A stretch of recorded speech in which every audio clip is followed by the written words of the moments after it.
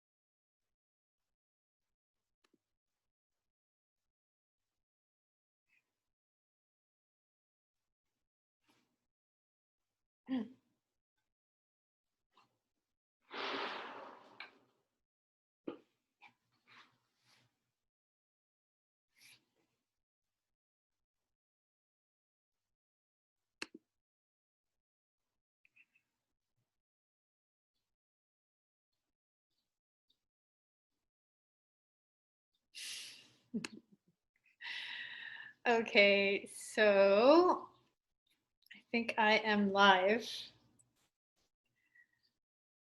Good morning, everyone. Trying to figure this out.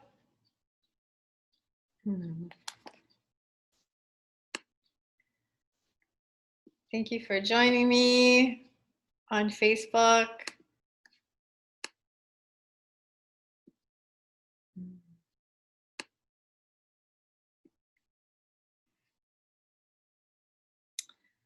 So yeah, this is really exciting for me. It's two firsts, actually. It's the first time I'm doing content exclusively for men. Of course, women are also welcome.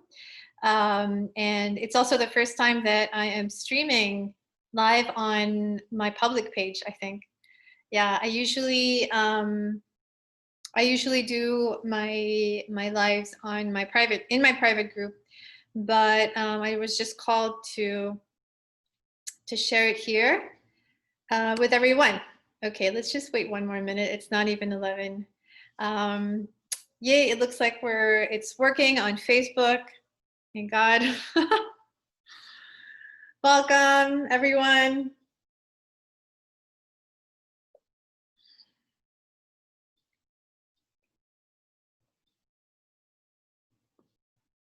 Okay, so it's 11. So if it's your first time to join me,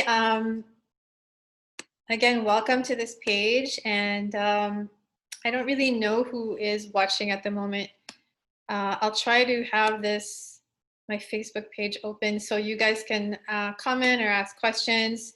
So this is a little bit of a change of format for me. I usually share the Zoom link, but I just felt like this is a sensitive topic because as most of you know, it's a little more difficult for men to come into this vulnerable position of sharing their emotions, sharing their feelings, and talking about their struggles and their problems. So, okay, let me just take a minute to set up here. I want to make sure I see any questions or comments. So feel free to say hi. I know some of you wanted to join the Zoom call, but again, I just wanted to create this safe space for men to be comfortable in showing up and hopefully getting some benefits from this session. So really the question, first of all, why am I doing this? So if you guys aren't familiar with my work, I've been based in Cebu for the past 7 years and working, started with energy healing 5 years ago and been really working, helping people connect to their inner healer and come to a place of getting to know themselves better, feeling just a more healthier and happier in their lives through a whole bunch of different modalities and processes that I offered, including the time I had at the Gasho Center, which was based in Mabolo. I had that space for 2 years. And so now, like those of you here in the Philippines and Cebu, I've been stuck at home for the past 4 months, almost 4 months, and just doing everything online. And then I've noticed it just opened a lot of doors in terms of collaborating with people I wouldn't usually have access to overseas, but also I think more so with men. So as I mentioned in some of my posts, when I first started working, mostly I would be working with women because, like I said, they're more open to self-inquiry, to sharing, you know, coming into community and healing from that support, and not so much with men. But over the past year or so, I've noticed a big shift, and I would say it started when I started healing, working with my own divine masculine as a result of a prompt from one of my teachers. So like 4 years ago, I was asked to explore my relationship with divine masculine, which I had no idea what this was about. And the further I go into this work, the more amazing, transformative, powerful it is. And so as I work with healing those aspects of myself, masculine and feminine, we each have that. I'm also starting to attract more men who are open to this work and who are just ready to transform. They're realizing that how they've been living, the codes that they've been handed down, you know, from their parents, the traditions and the old paradigm. They're starting to let that go. They're starting to realize that that's no longer working for them. It's leading to a lot of suffering. It's leading to a lot of, you know, unease, mental illness, and so on. And so a lot of these men are accomplished in other areas of their lives. Maybe they're entrepreneurs, maybe they're, you know, team leaders, managers, and some of them are have made different choices and gave up actually their 9-to-5 jobs and so on. But what they have in common is that they are starting to connect to this feeling of unease and malaise, and they're starting to look for solutions other than what they've known so far. They know there's more to it. And so so there's a lot of different questions that men come to me you know, about, like they can't focus, they can't concentrate, they can't go into meditation. There's a lot of preconceptions even around yoga, that it's really for women, that they're not flexible, they can't do it. So I really had to narrow down what I wanted to focus on today. And I wanted to focus on something more specific about men. And I would say this started again about a year or so. And this is a question that I get from both married and single men. It's, how do I manage my excess of sexual energy buildup? So what sexual energy buildup is, it's actually, all energy is neutral. So I know, like, people think this is such a controversial topic and, oh my God, you know, she's talking about sex and whatever, this is whatever, it's taboo. And so I just wanted to create a space and it's really a time with what's going on in the world to question everything, to question taboos actually, and create a safe space for people who also want to do that. So in certain traditions, I want to say more of the East, not the Judeo-Christian tradition, is definitely places a large taboo on sexuality, right? And so when we look towards maybe more of Indian traditions, Chinese traditions, in particular, I want to say Tantra and Qigong, Taoist traditions, sexual energy is just like any other energy. It's like heart energy, it's like solar plexus energy. Energy is neutral. It's not like good or bad, you know, sinful, not sinful. No, there's no separation. There's no, like, you know, there's no dichotomy. It's everything is what we, how we manage it, what we do with it, what our relationship to it is. So at first I would be a little taken aback by this question. First of all, I was like, why are guys asking me this, you know? And so the more I looked into it, the more I had to learn about, you know, the differences between men and women energetically. So women have like this, a monthly cycle where, you know, they have their hormonal buildup, and then it falls and so on. Everyone's familiar with that cycle. So men have a different cycle, and it's more on a daily basis. So they have to deal with some of these energetic shifts more regularly on a daily basis, maybe more intensely also than women do. So it's different. It's a little bit different. So I'm going to go through my 10 tips. I set about an hour for this. So first of all, there is no, and sorry to disappoint you guys, but there's no quick fix. There's no one miracle cure to manage your excess sexual energy, or actually any energy in the body. So really what this is about, and it is how to manage just overall balancing our energies in the body, treating that energy as any other, although it has a particularity of being, you know, a very creative energy. And once we start getting rid of all the negative associations to it, all the guilt and the shame, then we can start using it creatively.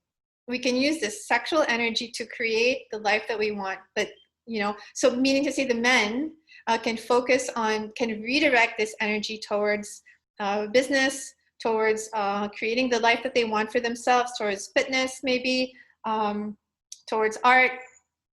So yeah, hopefully some of these tips will help you do that. So another thing, to answer the question, how do I deal with excess sexual energy buildup?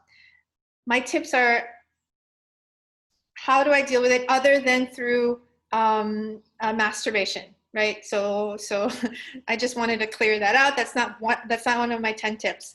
And also why, and we'll go into this a bit later. Again, we're looking at Eastern traditions where the sperm and the semen are actually full of vital life force energy. And so it is considered wasteful to keep expending it unnecessarily. So this does not mean that you don't orgasm anymore. There's a difference between, okay, and I'm gonna be like super straightforward, you know, like we're adults here. So and kids also need to learn this, but there's a difference between orgasm and between ejaculation. We're not going to go into detail into that. I'm still looking at, you know, maybe some sort of course a little further down the line to help with that. That there are other teachers who can also help with this. So yeah, how do I deal with excess sexual energy other than through masturbation, which is depleting, life depleting? So like I said, there's 10 points. The first one is actually self-inquiry. And again, what I want to say is, it's not I already said this, it's not a quick fix. It's actually building a practice. This is how it works. If you're watching this and you feel like there's stuff that doesn't resonate, then skip it. If there's like one point that you feel you can benefit from, go and explore that further. The whole point in our process is to ask questions, ask the right questions for us. Question everything. Question what your parents taught you. Question tradition. Question what your government is telling you. Question what media is telling you. Question what mainstream media, what alternative media, what like everything, and then find out for yourself.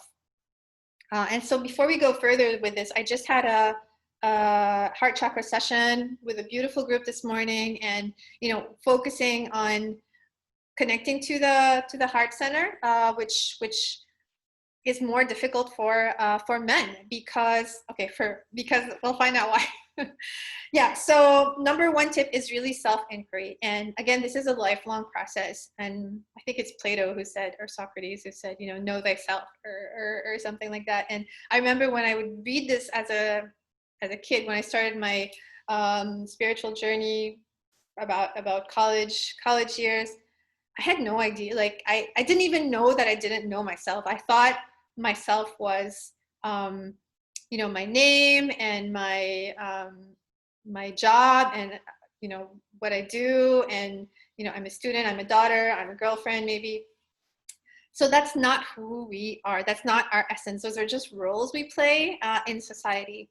And the more we go towards self-inquiry and we discover what our essence is, the more we are able to make the decisions that are right for us, that are aligned with us, with our purpose. And the more we find ease and peace. And the more we don't have that excess buildup in one area of your life. It's flowing. The whole idea here is so I'm an energy healer, right? So this is all from an energetic point of view. So the whole idea is for this energy to keep flowing and not be stuck in one area. So self-inquiry, there's so many amazing ways you can start your journey with this. I also didn't know all these things at the time. I want to talk about, I want to mention, we don't have time to talk about it, typologies like Enneagram, Myers-Briggs. So these are super, I love doing pop quizzes and, giving me clues and which ones do I relate to, which ones do I not relate to. So guys, you can just, Google Enneagram, Myers-Briggs. It'll give you typologies, and then you'll be able to kind of relate or not relate. So this is a starting point for those of you who haven't started this journey yet. And I know a lot of you watching probably have and have a beautiful practice already. So you can go further with that. Another tool that I've discovered very recently is called Gene Keys. So a gene like DNA, and then keys like key. And again, you can have a free profile, and it gives you a roadmap. Some of it I couldn't relate to so much. Some of it made sense to me, but when you start looking at these things, they awaken things in you, and it can even be on a subconscious level. So maybe you're reading a profile and then your mind's like, nah, that's not me. But then something deep inside is like, whoa, somebody's like seeing me, somebody's seeing my shadow.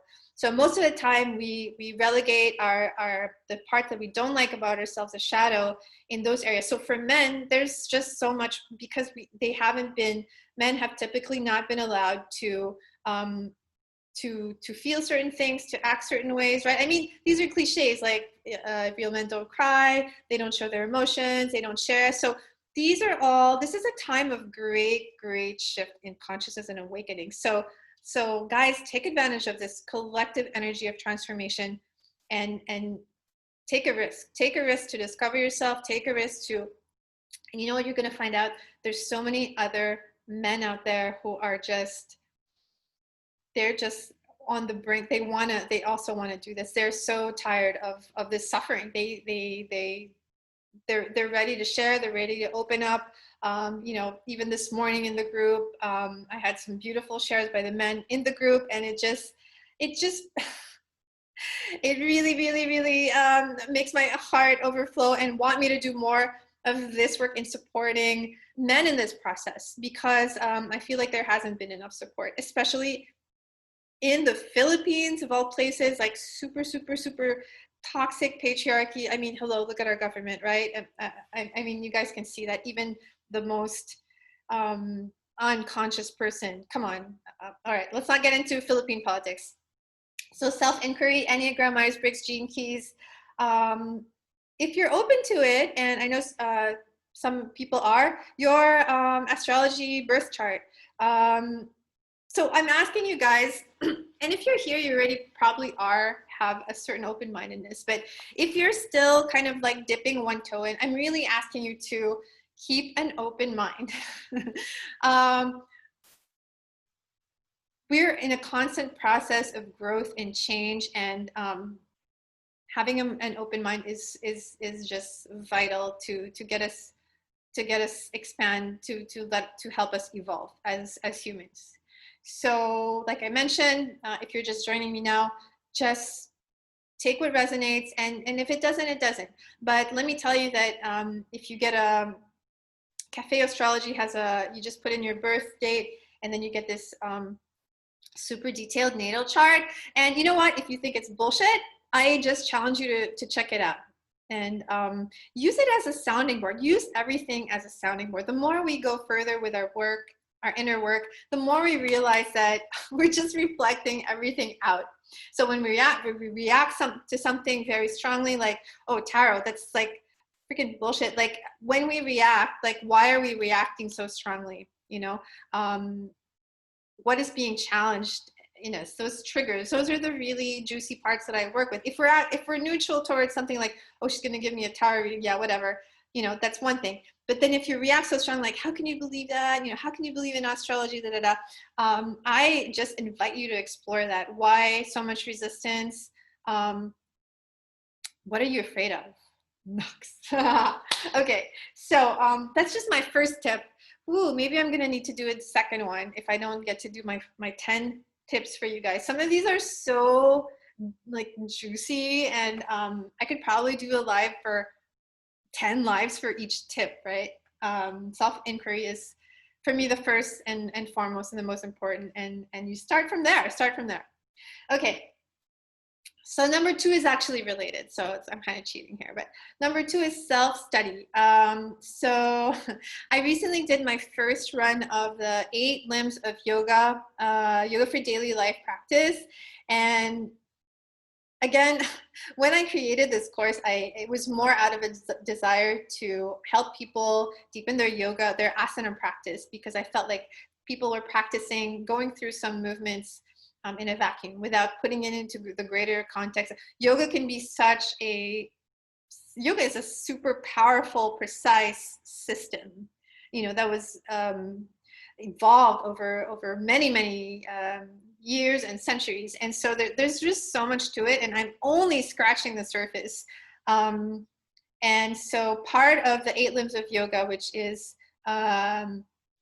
so asana, the physical practice, is only one of the 8 limbs, and part of the one of the niyamas, which is a duty or observances, is svadhyaya, which is self-study. So this is my second point, self-study. So I'm sure some of you are reacting like, study, I hate studying, I hate freaking school, you know, I sucked in school, all of this stuff. So I'm not gonna lie, I've always been a bit of a nerd and a bookworm, and I love studying. But studying can be really, really fun once you find the right teacher, the right medium. And today we have access to all that. We have audiobooks, we have YouTube, we have, like, it's no longer just listening to a lecture. So self-study, this is part of the self-inquiry. So you find, they're connected, right? They're connected. So self-study, again, I'm doing a second run of my course, 8 Limbs of Yoga, starting on Sunday. That's 7 live Zooms where we meet with a group. We study the 8 Limbs of Yoga from Patanjali, and it really serves as a container for self-inquiry. So as we learn through the medium of the 8 limbs, through the structure, the form of the container, right? Then we're able to see how it applies to us, how it helps us in our relationship to the external world, to other people. And you can really choose any container. And this is just a beautiful one because we get to deepen our yoga practice at the same time. So yeah, find a tradition that you're interested in, you know, and then study it. And then as you study, you also get to know yourself. Even studying a language, it practices, you know, neuroplasticity. Studying a course. Like, so when I started social dancing, it gave me so much more insight into so many areas of my body and myself, other than just learning steps. No, it's about language, it's about connection. So study. is a really important part of this process. And again, you guys are probably thinking, how is this related to, you know, when I'm feeling horny, when my sexual buildup thingy? So it is. And this will all connect later. Um, because what are we doing? We're allowing that excess of sacral energy to flow to the other chakras. Okay, so self-inquiry, self-study. My third one is, you're gonna hate this. You guys are gonna hate this. It's meditation. So there's so many types of meditation, and I don't want you to be saying, oh no, I tried meditation, I can't keep still, I can't quiet my mind. So you know, newsflash, when you start out, it's not, nobody can do it. Nobody can just like quiet your mind, unless, I mean, okay, maybe you're like reincarnated, you're a Dalai Lama reincarnation or something like that. But most of the time, quieting the mind it's just a natural, because our mind is programmed to keep thinking like that. So there's so many myths around meditation, like I need this special place, I need this special setup. No, these are all untrue. This is the essence of meditation, is starting with you, where you are, with your bombarding thoughts, like saying, when is this going to end? This sucks, I can't do this. That's where you start. And why is this so important? Because it's important as a foundation of the other practices that are going to help us truly transcend and transmute. What we're doing is we want to transmute the sexual energy to the other chakras, so that we can use them for other things, creation, even self-realization, even enlightenment, right? That's what the Taoists do with sexual kung fu. That's what the Tantra points towards. And they use meditation. It's not all sex play. In the same way, when we look at asana yoga, the physical part is only one small aspect of the whole tradition. Same is true with Tantra, same is true with Taoism, okay? So, Lucky, thank you for joining. Yeah, if you guys have any questions, maybe I'm talking a little bit too fast.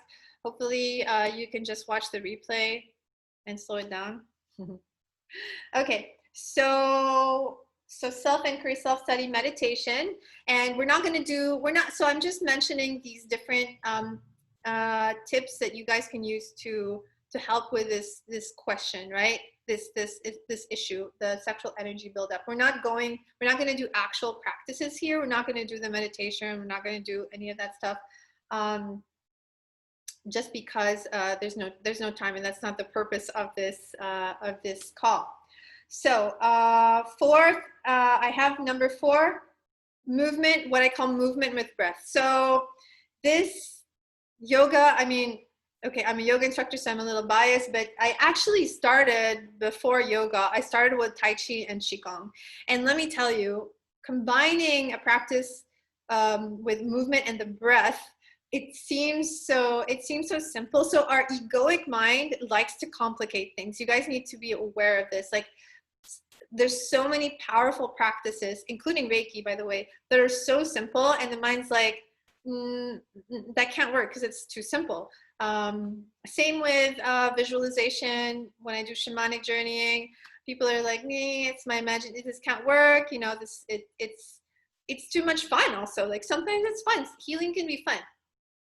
So you gotta let go of that belief that healing has to be difficult, that meditation has to be complicated, that connecting to that power, to your inner power through the breath, through movement. You got to get rid of that idea that it has to be difficult. It doesn't have to be difficult, but it does require commitment. It does require time. It does require a little bit of discipline. So the beautiful thing is, you have the choice. You always have free will in every decision you make, from the time you wake up. If you decide to have a coffee or a tea, like, all of these are going to impact your day. They're going to impact your life. They're going to impact the way your energy moves, or the way it gets stuck. Okay. So I think we're good. So yoga, Tai Chi, Qigong, martial arts. I said these tips are all related, right? So it's also part of self-study or study. And yeah, you can get started obviously on YouTube. There are also some really amazing books, I want to say, especially for Qigong. Mantak Chia is a very prolific author. He is based in Chiang Mai, and he teaches all about, he's just an amazing teacher when it comes to circulating this, the sexual energy. And yeah, I recommend his books. And yeah, basically that. So number 5. So number 5 and 6 are related. Here I put number 5, learning to be vulnerable. So learning to be vulnerable, wow, this is really a big one. I just jotted these notes down yesterday kind of quickly. That's how I work sometimes. Like, I'm just inspired. I don't want to overthink it. So learning to be vulnerable for a guy.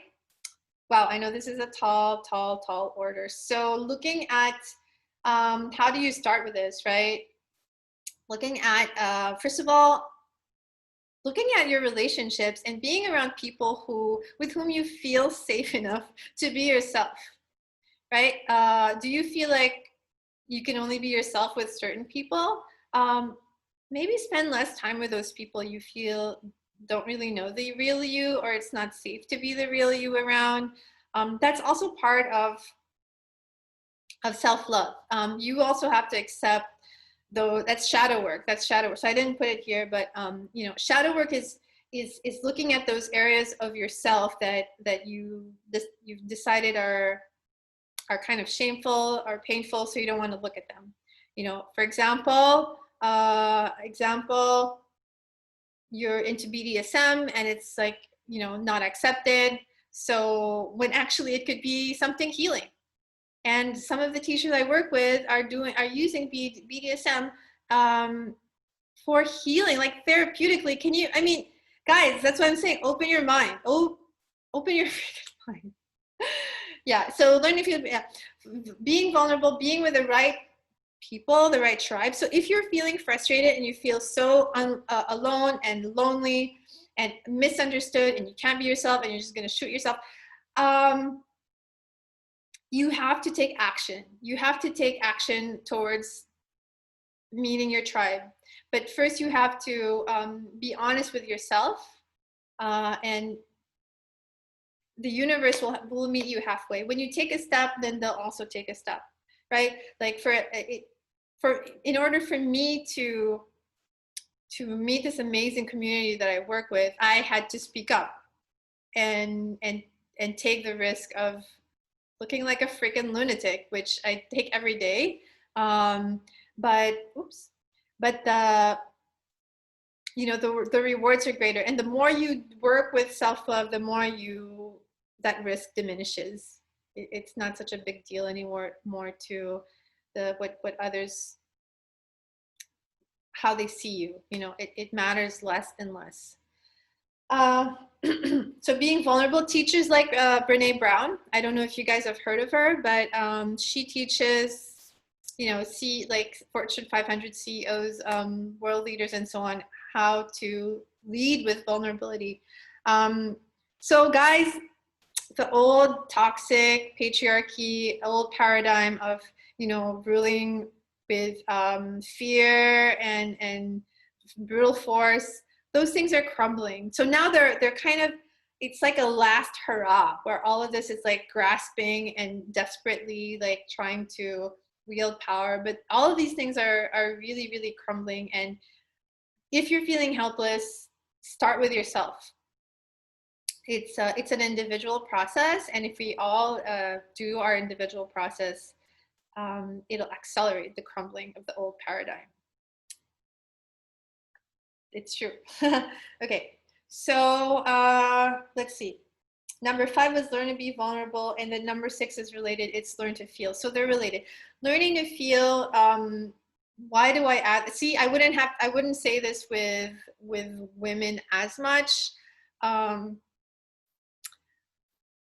but men really, really need to. It's tough, because I'm thinking of all these men who they just don't even know where to start, because it's just so painful that they won't even go close to that. They're just putting up these walls, and those walls have been in place for so long, so entrenched, they don't know how to take them down. Which is why looking at this whole list together is how you're going to bring these walls down. So meaning to say the self-inquiry, the self-study, the meditation, the movement, the breath work.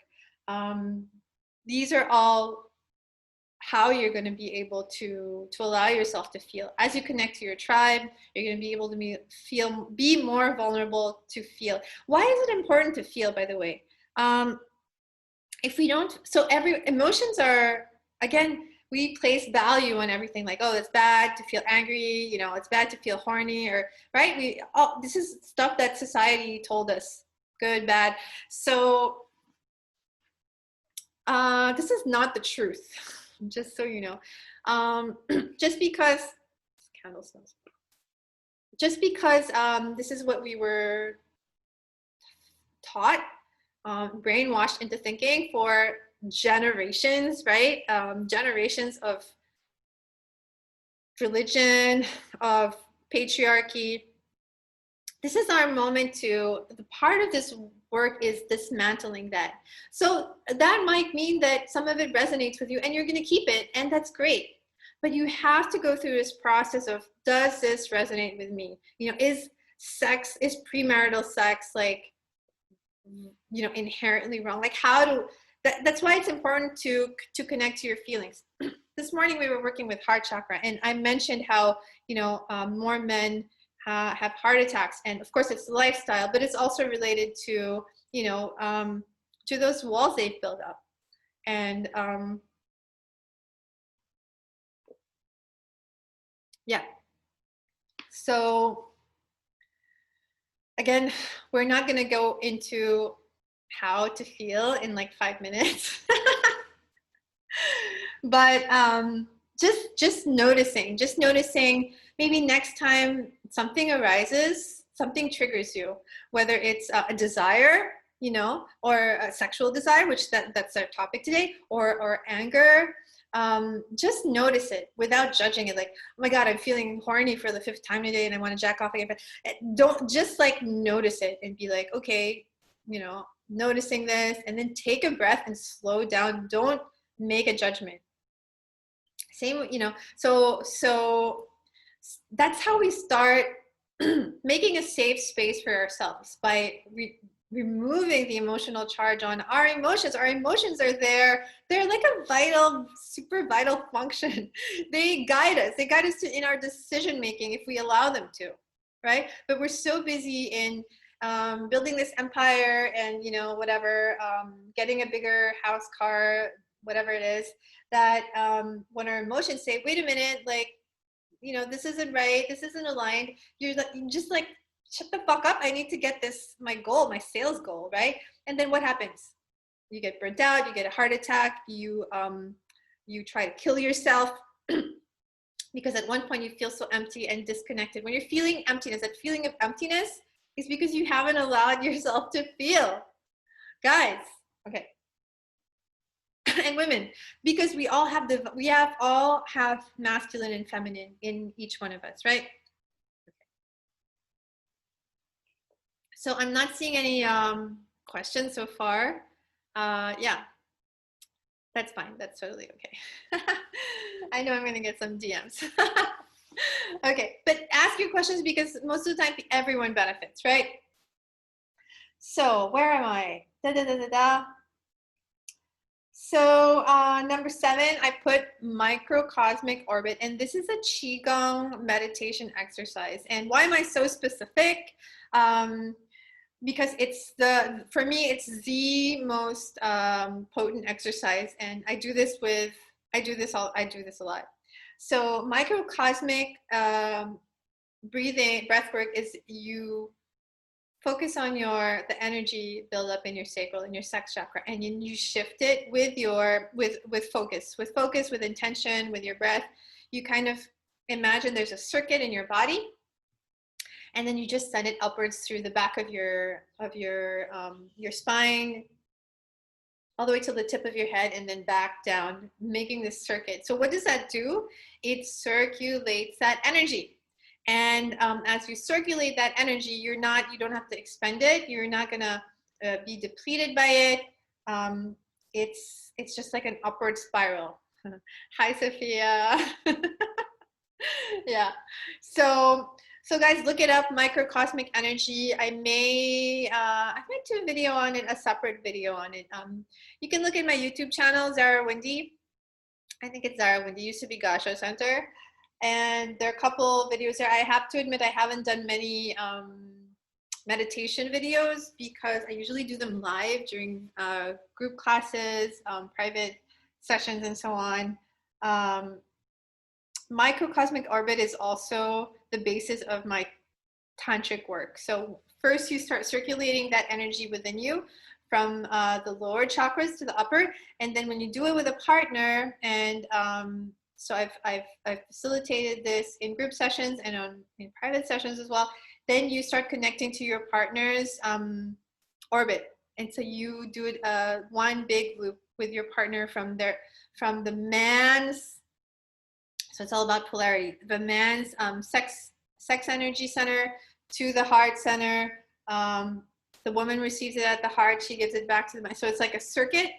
And yeah, it's just this beautiful, amazing circuit. Hi, Sophia. Thank you for joining us. Gods and goddesses, welcome.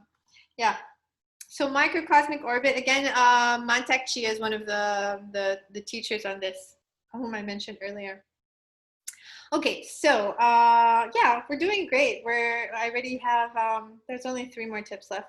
So number 8 on my list of tips to move that energy from the sex chakra is create. Just create, whatever it is. It can be art, it can be music, and it could be cooking, it could be photography, it could be writing. Because that's like I said, the sex energy is similar to it's a creative energy. And so maybe women, since they birth babies, that buildup is, I mean, not that women don't feel horny, right? Like I said earlier, our cycle is also different. But for men, you need to be creative, do something creative every single day. And that will also help it. And if you feel like you're completely out of whack, not creative, then work on the other aspects, and that'll boost your creativity. So it's an upward spot. You want to get into this upward spiral of healing, of creation, of moving, flowing, getting that energy to flow again.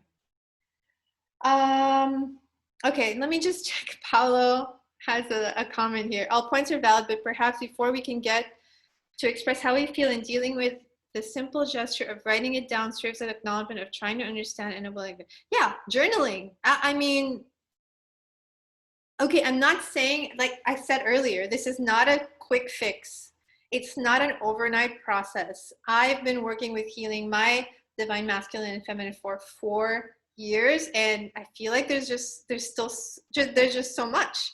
So don't look at it like that's also very masculine, very yang, like I'm going to fix this. It's not about fixing. It's about integrating our masculine and our feminine, integrating our shadow and our light. It's about this beautiful dance of being in tune with our daily cycles, our monthly cycles, whatever it is. And maybe some guys have monthly cycles, and I don't know, there's no shame around that. So yeah, Paolo, start wherever you are, and baby steps, guys, baby steps. If joining a session, a chakra healing session, and speaking your truth is the first step, then so be it. If it's writing, a letter to yourself about what you're forgiving yourself, that's what an exercise we did this morning. Oh no, we didn't write the letter. We just had to think about something we forgave ourselves about. So don't be in a rush. This is a really good point. Thanks, Paolo. Men especially want to be there right away. They want to, like when I start teaching Reiki, I want to be Reiki master. Okay, I was like that too. I have a lot of masculine energy. I know a lot of you guys know this already about me. I have, so yeah. So we take we take from masculine and energy and feminine, what works, what supports us in our processes, in our growth, in our evolution. And also, we have all the resources within us, the resources to hold space for ourselves, to comfort ourselves, to guide ourselves. They're all inside, and then everything else is just reflecting back and helping to, you know, like a soundboard, bounce things off, stuff like that. Yeah. Hello. I don't know if that if I address your point there. Yes, Sophia, we're always learning. It's a learning process, and that's why I'm excited that so many more men are willing to learn. I think they're just fed up. They're so lost. Like, so many women are super freaking empowered that it's intimidating. I get that. I've also had to learn to step into my power without being emasculating. Like, for a long time, I was in denial about that.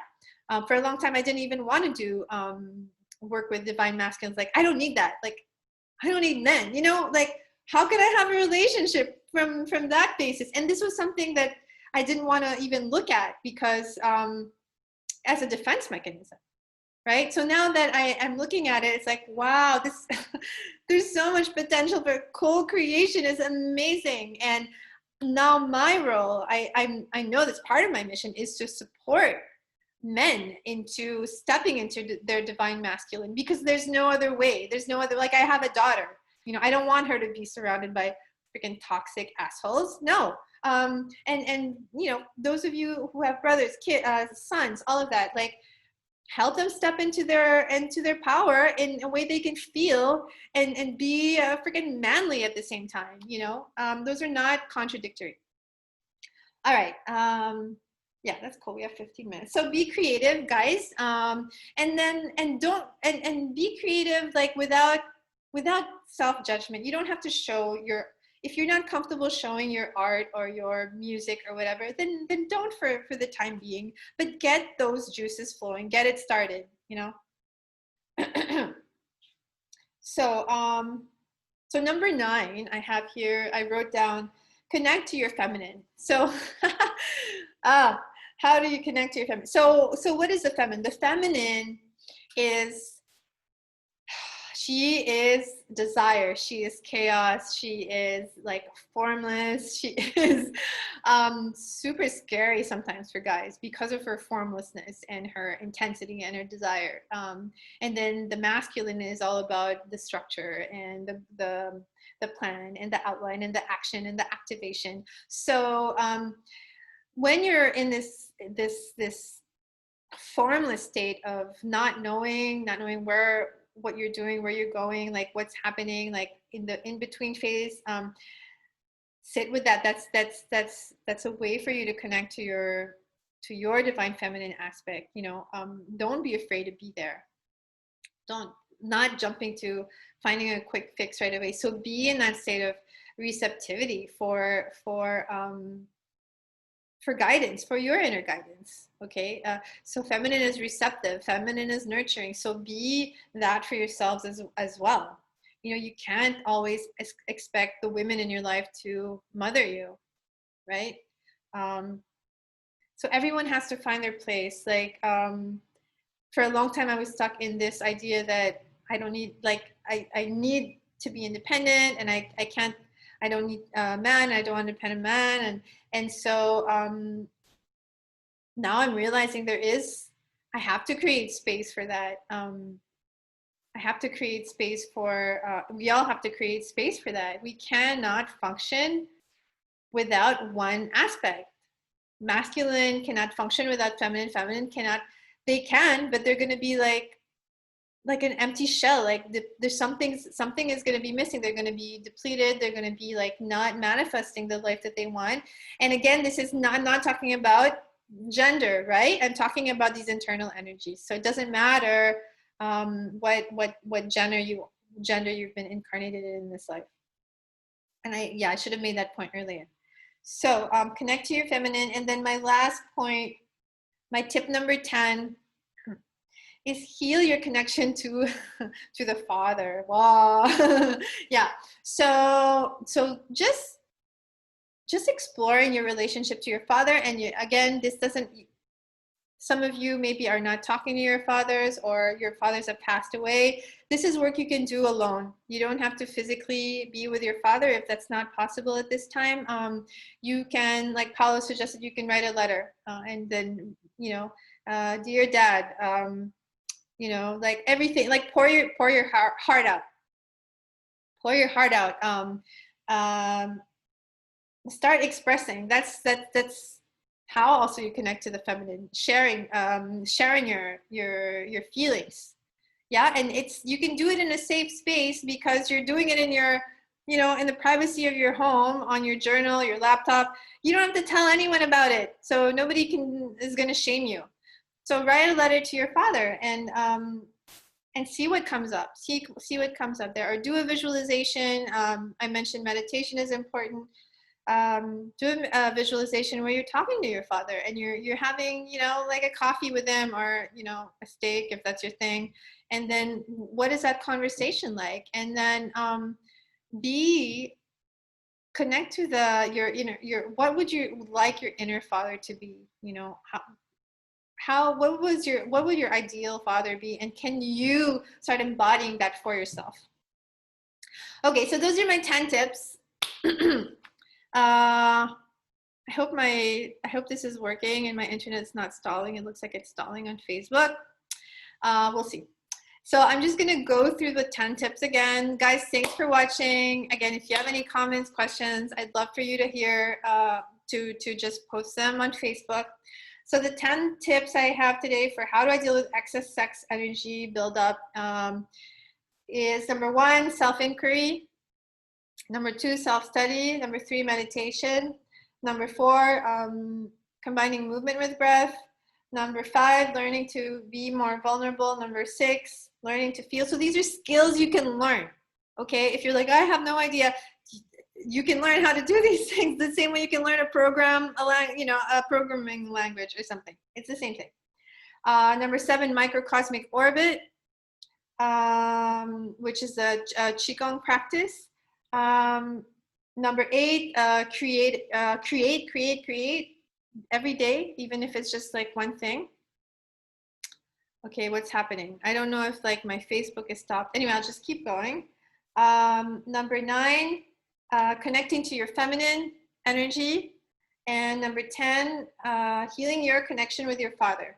Okay, so the other tip I have, and this is a bonus tip, find yourself a mentor or a teacher. Or someone you look up to, who you feel like embodies the divine masculine that you would like to embody yourself. Okay, again, message me if you have any questions. I haven't prepared a course for divine masculine at the moment. I would love to eventually do this. For the moment, I'm doing one-on-one sessions. So you can message me if you want to have a call. We can talk about this. Have a bunch of classes, courses available. Some of them I post, most of them I post there. And let's see what else. Saturday I have a talk with Chris Ward, who is a beautiful male teacher, and Paulette Waltz, who is a woman, and she's also full of deep wisdom and knowledge. So we're going to be talking about time and our relationship to time on Saturday. And then on Sunday, we start the eight limbs of yoga. It's a 7-series course. And it's a beautiful container for self-discovery, self-study, and just connecting to your truth. So I really don't know if this is working on Facebook, but never mind. Guys, it's been a little less than an hour, so I think that's pretty cool. I've done a lot of talking. This is unusual for me because I usually, I prefer conversations, discussions. You guys know that. I like interaction. So I think I've done enough talking for today, and thank you so much for joining me. Abel, nice to see you here. Thank you for your comment. I hope this was helpful. And yeah, we can go a little deeper, a little further. Let's see. Namaste.